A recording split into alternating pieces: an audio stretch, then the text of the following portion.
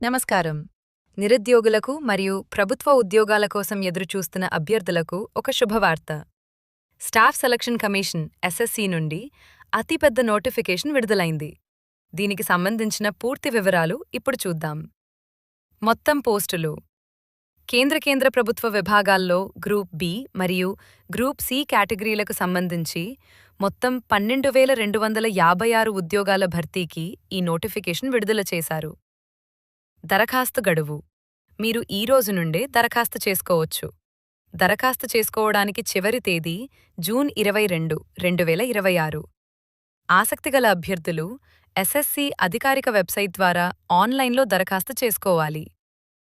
పరీక్షల schedule: tyre 1 2026 August లేదా September నెలలో జరిగే అవకాశం ఉంది. టైర్ 2 2026 డిసెంబర్ నెలలో నిర్వహించనున్నారు. అర్హత వివరాలు: వయస్సు: పోస్టులను బట్టి అభ్యర్థుల వయస్సు 18 నుండి 30 ఏళ్ల మధ్య ఉండాలి.